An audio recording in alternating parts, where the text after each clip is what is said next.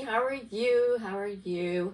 Have you ever had one of those days when you can just have for yourself, like everyone's off doing their own thing, and you get to mark on your calendar something for yourself, something that you would like to do? All the teens are off either at camp or visiting their friends or just doing what teens do, right? So you have like the mommy day off and you get to go and do what you want to do. So you decide in advance, what is it that I want to do? Today is the day that I get to do what I want to do. And I'm excited. I feel free. And I just feel so pumped to see what it is I can create today, right? Hi, I'm Jean Harville, and I am the Certified Master Neuro Coach. I am also the learning strategist. I'm also the creator of the Heart Connected Mom. And this is an experience, and we'll be opening this in the fall a little bit later on. And if you are on YouTube, if you're on YouTube, click the subscribe button down below. I'd really appreciate that. All right, so let's get back into our scenario. So you decide in advance, today is the day I get to do what I want to do, right? So you're like, awesome, awesome. So you pull out your cookbook and say, this is recipe I've been wanting to work on, okay? Or, you know what? I think I might just head over to the gym for a little bit, and I can work out for as long as I want and not have to worry about anybody else, but just myself. Oh, I've been meaning to call my friend, and we could go shopping, and that would be awesome to catch up with her as well. Great. You have all these plans, and you decide to set them in place and to get going with them. But your friend calls and says, you know what? I can't spend the day. Something has come up and I really need to do something, and take care of this problem. And you say, okay, all right. So you say, oh, I'll go ahead and cook and bake, right? So you go to your recipe book and you find out that I don't have half of these ingredients. I'm going to have to do, or I get to go do grocery shopping. Not really sure I'm excited for that. Or maybe you decide that you go to the gym. And you get to the gym door and it's closed. Of all things, when gyms are open all day long, it's closed for cleaning, of all things. Whoa, right? So you could, sulk about that. You could be negative about it, have that negative vibe. You could complain. You could really go down that rabbit hole. Like, why me? Why does this always happen to me? But guess what? You have a choice. So remember, you decided in advance, today's the day I get to do whatever I want to do. So you've already have that thought going. So you say, okay, all right, I get to do what I want to do. Let's see what that I get to create and what that's going to look like. So you're excited again. You're pumped and you're excited, and you could just be sad or mad or glad. Like, wait, what? Glad? Yeah. So the brain science of emotions states that emotions are connected to our thoughts. All right. So we need to start with that thought, right? You get to decide the thought that you want to have, and that's where the emotion will follow. You get to decide that, right? So this is the glad part of it is, what are the possibilities that I can create today, right? So what do I want? What do I get to do? What do I get to create for myself? These are all really great questions. And as we know our thoughts, we have the emotions that come up. And we put this together, and this is our being. This is our identity, who we get to be. Who are we being, right? And so put in your comments, what if you had a day to yourself, what is something that you would really love to be able to do? And just you, right? And just put that in the comments below. I would just love to hear what others are doing. For me, I choose to be peaceful. And you notice I'm using the word be and not do. So we'll talk about that in a second. I choose to be peaceful, and I choose to be joyful, creative, and what does that look like? What does that look like for you? So which thought are you choosing so that you can become who it is that you want to be, right? So in the meantime, this is also called mental wellness, right? Mental wellness, where you get to take that break. You get to do what it is that you've decided to do. You get to create something in the brain. It's a mental wellness day. You can call it that if you want. I remember growing up, my grandmother she always chose peace, love, and connection. And also she was connected to her higher being. And she talked about this a lot. I always loved being around my grandmother because she was so calm, she was so connected, and she was just peaceful. That's just what she chose. That's who she chose to be.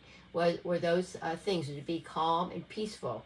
No matter what she did, she always decided in advance what her day was going to be, what it was going to feel like, and maintained that throughout the whole day. And she drew others towards her. Didn't matter what she was doing. If she was going down to the church to practice the organ, she still, and that's a place of doing, but she was being first. First off, she wanted to center herself and what her being was going to be. But she always drew people towards her because of her presence and of her calmness and of her heart connection that she had with people. So when we choose the emotional state and the thought that connects that together, that becomes our identity. And guess who notices?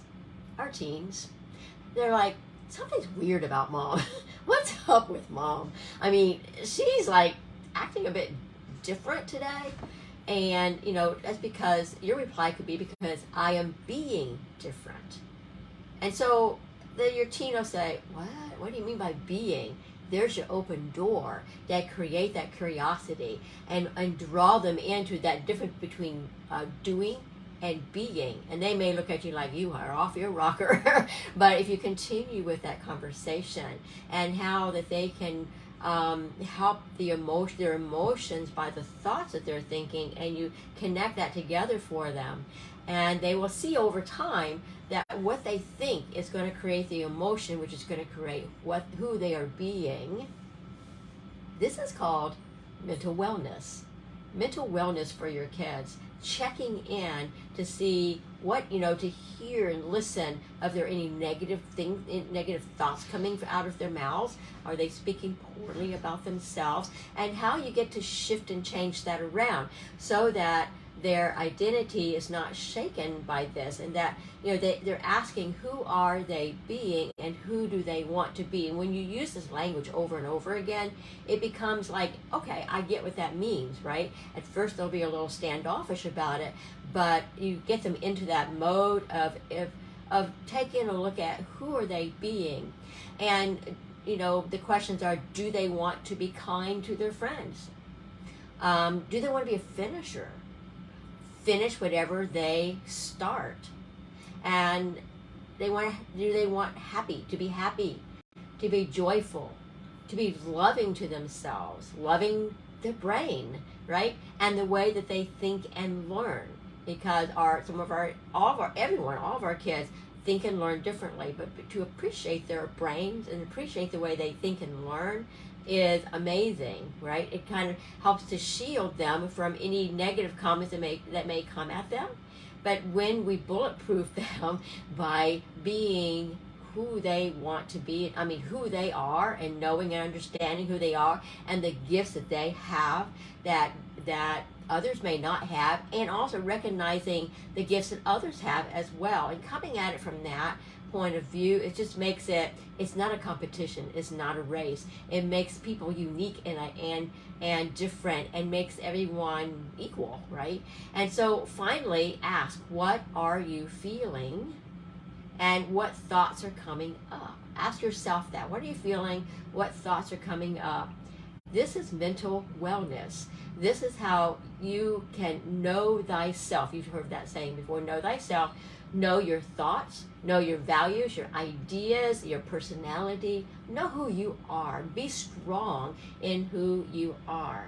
And when you do that, your kids will see that. And when you have that conversation with them, it doesn't have to be a deep, heavy conversation, just a light conversation, that they get to understand the concepts, right? And so remember, and you can help them to realize this too. Remember, you decide in advance your thoughts and your emotions and who you get to be, and that you get to seize your day, right? Awesome. So I'm Jean Harville, and I am so happy that you're here. And I am a certified master neuro coach. We talk all about the brain. And I think it's important for our kids to understand about their brains, understand how they think and how they learn. And that's a gift that they have, and that's what they were born with, and that's an amazing thing, right? And so when we delve into the brain, because we know so much more about the brain now, and when we delve into our brain, then we get to make decisions. We get to decide in advance how we're going to feel for the day, what we're going to do for the day, right? And what that's going to look like. And we can decide our being, our identity, and what our identity as ourselves, what we're going to be doing for that day, what the productivity we will have for that day. So again, if you're on YouTube, click my subscribe button, and so that you can know whenever I'm uploading videos, and like and comment below, either on YouTube or also on the page and Facebook. Comment to me, like, what thoughts and emotions are you having right now? Okay, don't filter it, just boom, what are you having right now? What are your thoughts of what's going on in your head? What are the emotions that you're having, and how are you feeling like right now? All right, I'll talk to you later. Y'all have an awesome day. Bye.